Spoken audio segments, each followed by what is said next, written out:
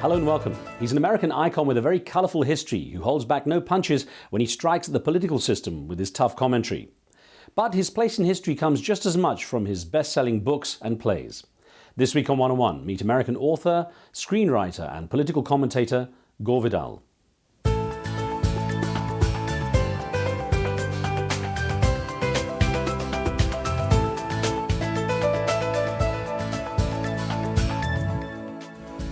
The word unique barely describes a man as remarkable as Gore Vidal. He was born in West Point, New York, and named Eugene Luther after his father, an accomplished Olympic athlete and aviator who enjoyed taking his son out for weekend flights. Vidal Sr. was also the lover of the ill-fated pilot and explorer Amelia Earhart. He and Vidal's mother divorced while their son was still young, leaving the boy largely in the care of his maternal grandfather, the blind Senator T.P. Gore, in Washington, D.C., exposing him to some real American politicking. By the time Vidal entered the U.S. Army after graduating, he was already writing regularly, and by his early 20s published The City and the Pillar, causing a stir, being one of the first books in America to unambiguously refer to homosexuality, which, says Vidal, makes it one of his most important pieces of work. His professional life then flourished, bringing Vidal close to movie stars and top political players, including President John F. Kennedy, the husband of his stepsister Jacqueline. Over time, the prolific writer embraced the role of a no-holds-barred, tough political commentator, penning books questioning America's leaders, particularly in going to war in Iraq and Afghanistan. Even though ill health challenges him in his later years, there are still very few who would risk taking on the sharp tongue and deadly wit of Gore Vidal. Gore Vidal, it's great to have some time with you. Thank you, I'm honoured. Well, good to see you again. Thank you, sir. You're considered one of the sort of, I guess, last remaining legends of the American literary scene, in the sense that a lot of the big names now have passed away, and there's no one really taking on the mantle of that kind of work and that kind of, that standard of writing. Why do you think that is? Because nobody took on the great mantle of reader.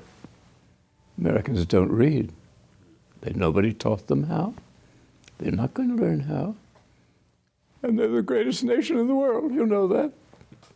Everybody says so. That's why they keep shooting us all the time. Every time we turn around, there's a gun going off. Well, it's jealousy. It's interesting. This is irony, by the way, let me tell you out there.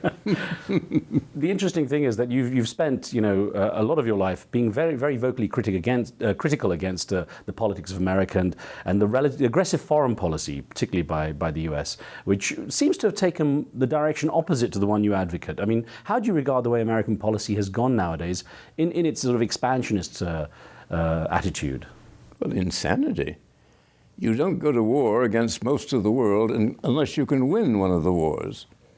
We don't count World War II. We had a little help from the Russians. Russians complained we didn't say much about them. There we were, and it was a periodic war which our great industries need, so they tell us, for weapons. General Electric owns one of the great networks. Will that great network ever criticize General Electric for making the atomic bomb and encouraging its usage in Japan? No, they won't. We overlap too many things, except intelligence, which we don't have that much else to overlap, so it's off in a corner. Well, you've certainly remained an outspoken critic, but I wonder if, watching the way the world has shaped up in the past few decades, whether you really feel that the words you offer fall on deaf ears. I don't care. They will be dead ears before I am deaf. So bye-bye. Well, I'm going to take you back to your place of birth, West Point in New York. And that time you were growing up, I mean, pretty much just in time to witness, as a young boy, the Great Depression.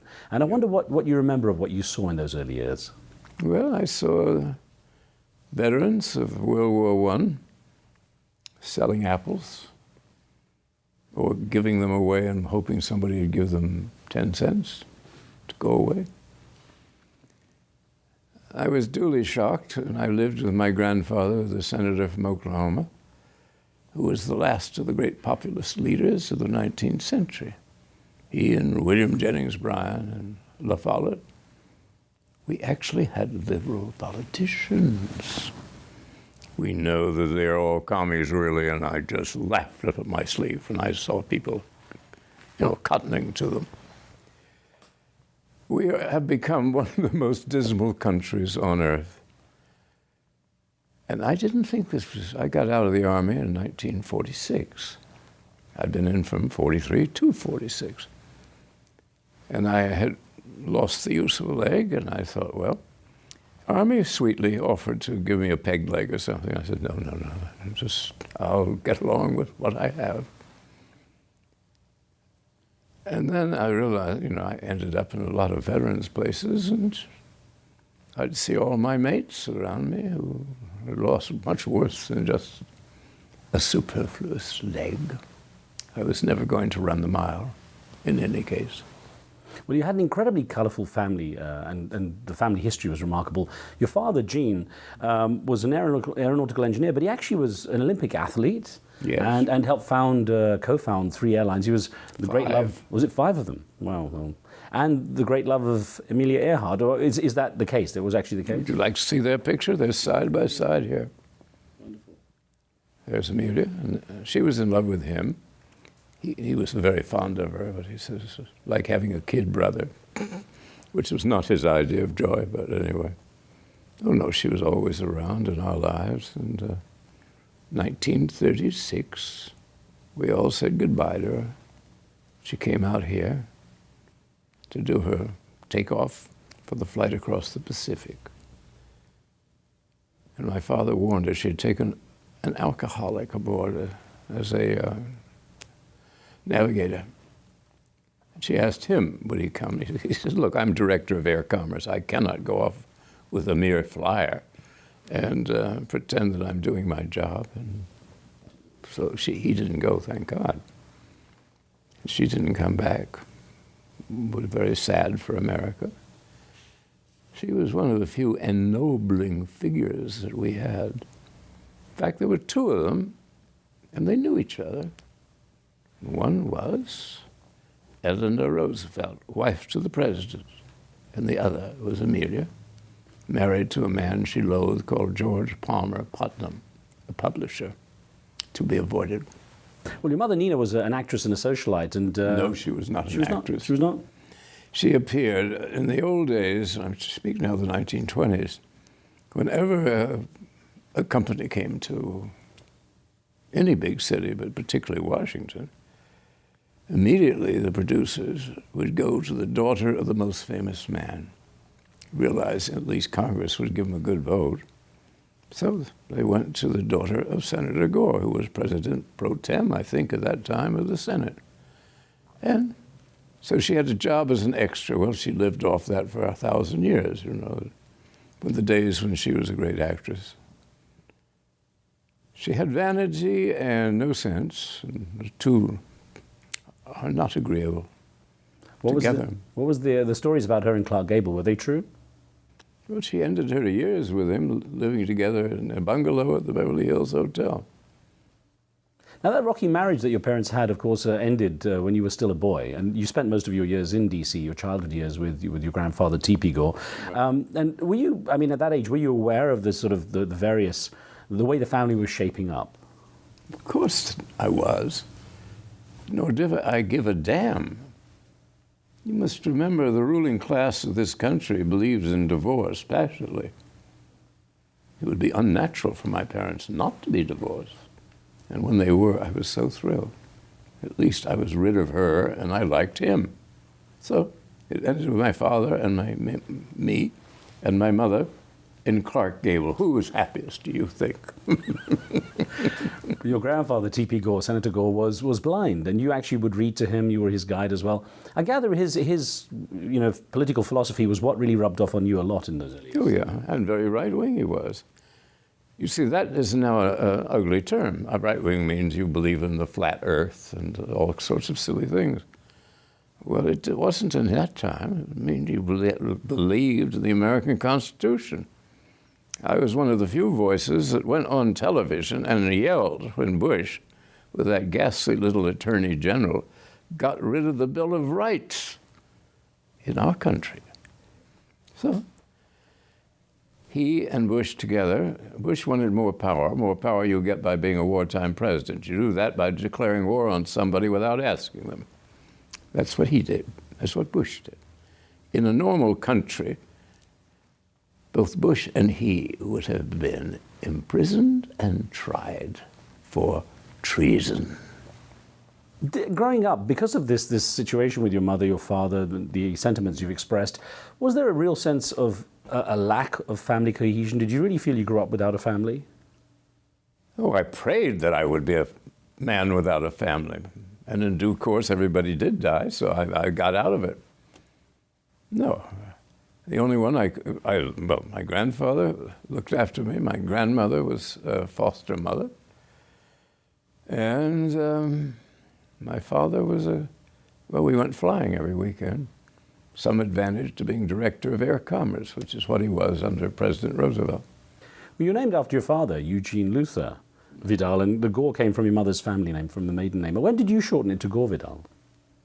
When I was at Exeter, the school I went to in New England, I was already publishing poetry at 19, 20. Eugene Luther Vidal is a little bit too heavy and too ponderous. And I also don't like Junior, for God's sake. But you had an interesting mix of people in your family too. You're a distant cousin of Al Gore and Jimmy Carter, I gather, as well. And ended up as a stepbrother to Jacqueline Kennedy too, who I gather was very close to you and treated you as a confidant. Well, she was sly and she didn't treat anybody as a confidant. But I teased her and I became one. Do you keep much in terms of your contact with those distant relatives? Was that something significant to you or important to you? No. Well, when Jack was president, obviously, you make yourself. I got the most votes of any Democrat in northern New York the same month that he got elected president. So I was offered posts in the government. Well, in 1943, when you graduated from the Phillips Exeter Academy, so you went into the U.S. Army, and I wonder that was the time you were already writing, and you published some of those experiences in your first book, Oh, really? The Woolly War, and I wonder what you felt you learned from being in the Army. What lessons did that time there teach you? Well, it was no worse than school. It wasn't as interesting as school, certainly. You remember, I was brought up with generals. My mother married two. And my father held the rank of Major General in the Air Force, being one of the founders of the Air Force. Although he didn't serve, he just was awarded the rank, which he used to get himself to 3 wars, which otherwise he'd be too old to go to. And he was furious that his kid brother was a brigadier general in the Air Force, and that several more members of the family were also Army flyers. I had a stepbrother who was the most famous ace in World War II airplanes. Robin Olds. He was an All-American football player, as was my father. He's a marvelous flyer, later commandant of the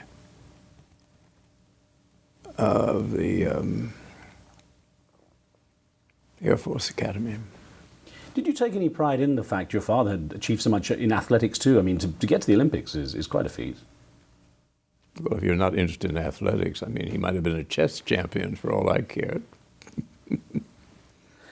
Did you have a sense that in those early years, when you had started writing the poetry and actually were taking to writing, that it would be a career for you, that it was something you wanted to do in your later adult life? Well, it was something I had to do. I mean, you don't set out to be a poet. Well, maybe some people set out to be poets, but I just wrote poetry. And then in due time, somebody said, well, why don't you publish this, or why don't you do that, and so on. That's how it works. You seemed to find a regular place on the bestseller lists fairly soon once you started writing. And this was in spite of the fact that you know, in your early books, in fact, in one of your earliest books, The City and the Pillar, you created quite an outrage by openly talking about homosexuality. Well, the United States had created an outrage in me. And I think I'm more important in the long run than that country, which has not been heard from recently, except for blowing up villages in the desert. Well, in those days, of course, we're talking at a time, 1948, when the sensibilities were very different in America. And the New York Times actually refused to review your next 5 books, I gather. And I was wondering, was it 6? Now, I'm wondering what kind of backlash you had in general for being so open about what was really a taboo subject. Well, there's a man called Orville Prescott, who was the daily reviewer for the New York Times, and he chose the books that would be reviewed. When The City and the Pillar came out, he objected to the subject and so forth. And he had liked my first book, which was a war novel. But he made a lot of fuss about it, and well, it got rather ugly. My publisher went to him and said, "What do you think you're doing? You are the newspaper of record, and Mr. Vidal is part of the record, admitted by foreign countries," and so forth and so on. He was absolutely stupid, but that's not unusual in American journalism. If everybody else is stupid, they might just well be dumb too. So that's what we're up against. Indomitable stupidity. Well, you eventually admitted that JT, to whom you had dedicated that book, was Jimmy Trimble, who was one of your close friends, a late friend who died at Iwo Jima in World War II. And you said at one time this is the person you'd loved most in your life. I mean, and I'm wondering if when you make a statement like that, whether it's something you ever get over. One, I never made it. That's most statements that are ascribed to anyone are generally tarted up by others. No, and they said, we were talking about the people lost at Iwo Jima, and had I gone into the Marines, I would have been there at the same time. I don't say I envied him for being there, because he was killed on the first night of the landing by bad intelligence of the U.S. Navy. We had, along with every other, mendacity, we had the world's worst intelligence all through the war. No matter what you served in, it was always going to get it wrong. Nobody had noticed that the Japanese were already on the island of Iwo Jima. Underground, they hid down there. Wasn't that awful? I mean, an American would have come forth with a red, white, and blue flag. But these things happen when you have foreigners in a war. So I think we always tried not to fight them because we generally lost. In 1960, you ran for Congress, and you were backed by some fairly prominent people, celebrity supporters such as Eleanor Roosevelt, Paul Newman, Joan Woodward, who was actually an ex-fiancée of yours and who ended up marrying Paul Newman eventually. Now, you received some popular support and a high number of votes, but of course it was in the long run unsuccessful for you. You didn't have much luck in that bid for office. It didn't stop you going again for governor of California in 1982, and I wonder what you thought you would achieve if you were in politics. Well, remember, he went against me. I didn't go against Jerry Brown, governor of the state. The last thing I would want to be for $1 trillion, I wouldn't take governorship of California. It's a can of worms. Did you think that going into politics at the time, initially in 1960 with Congress and then obviously that later stint or the later effort, that you could do something different from the inside? Of course I could. You wouldn't have to compromise too much as a politician? Well, I was also better known than anyone in the Congress, which I never ceased to remind them. Have you enjoyed your sort of battles with the political world over the years? Not much. If I'd been more victorious, I might say I delighted in them, but I was never really on the winning side because you work that one out, and that's what you are. Did you ever expect, though, in your lifetime to witness the election of a black president? No, but I was delighted. Washington's a black town. I was brought up in it. Everybody I knew was black. Well, you actually spent quite a bit of your time outside America, and you were in Italy for quite a while. And I wonder how you adjusted to the idea of coming back in 2003 and spending most of your time here, full-time, I guess. Well, not full-time, no. Well, let's say I preferred living in Italy to living in the United States of America. And if anyone doesn't like that, I'll tell you also what I think of you, too. Now, well, you of course, have a huge body of work, from your novels to your plays and the scripts and so on. And I wonder, when you look back, we could of course discuss those for hours, but when you look back, what do you consider the really important work that you've done? Well, City in the Pillar. That opened up a vista that nobody had gazed upon before. And, well, I made things happen that had not happened before. I believe that is the point of literature, or being alive, or something, or other. You even tried a stint at acting. How did that suit you? I still do it. Well, that's right. I mean, appearances and so on. But that time when you were doing a little more. Well, I did a little lot. Quite a bit, yeah. I mean, did it appeal to you, that world of Hollywood? I didn't go in it to get into a world of Hollywood. I was already in that, writing movies. So there it was. Even some of your harshest critics, will admit to the quality of your work. And Martin Amis, for example, once said, even his blind spots are illuminating. Now, I wonder, of course, when you put yourself out there with work, how you personally handle the criticism. Is it something you take very personally? Of course not. You are not in public life if that bothers you. And I've never not been in public life. Do you think, though, in the long run, of course, you've had, by a lot of people's standards, a very alternative lifestyle. You had relationships with men and women, and, of course, in later years, you were with one partner, with one male partner. And I wonder if America was ready as a society for accepting that kind of... You act as though America was a fact. It's a notion. It's a flag. It's a lot of loud noise. I don't think much of anybody takes it very seriously. I'm going to ask you that question again, sir, because we had the phone ringing there. So that was America calling. Yeah, was it complaining? Yes, saying if you say what you said last time, we're going to get you up for treason. In November 2003, you lost your long-term partner, Howard Austin, to cancer. And it was a relationship you had for over half a century. You're known to be quite, sometimes abrasive and, of course, have a very, very direct punch. And I wonder what it was about the quality of your relationship together that made it last so long. Well, if you analyze these things, they never come to pass, do they? Just go by feel in this case. Well, of course. If there's a message you would like people to take away from your work, what would it be? Go away. You have obviously in mind that that there's some potential to change things with the work you do. Of course there is.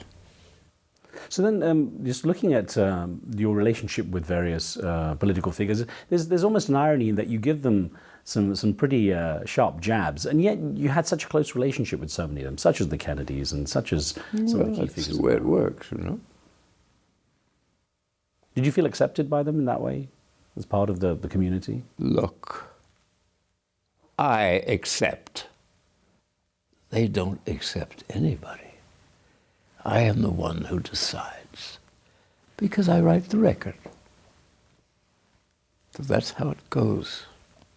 But it never occurred to me that I was on probation.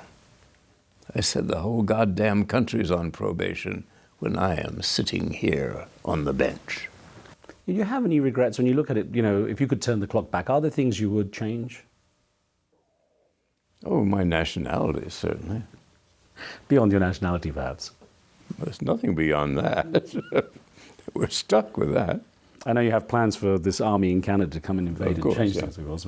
But no, beyond that, is there anything when you look at the way you shaped your life, is there anything that really, if you could change it, you would? I'm a self-starter. You don't change them. Otherwise, they wouldn't be self-starters, would they? So do you set yourself any goals or targets for the near future? No. Why greet disappointment? You have, of course, a great body of work out there, which will live on. But in terms of legacy, how you'd like to be remembered, what would it be? Oh, I came up with a good one the other day on some TV program. A lady was interviewing me, and what are you most proud of, Mr. Vidal? Despite provocation, I have never killed anyone. I thought that was pretty neat. As a legacy. Well, why not? There are worse legacies around. I thank you very much for your time, sir. It was a real pleasure speaking with you. Brother Khan.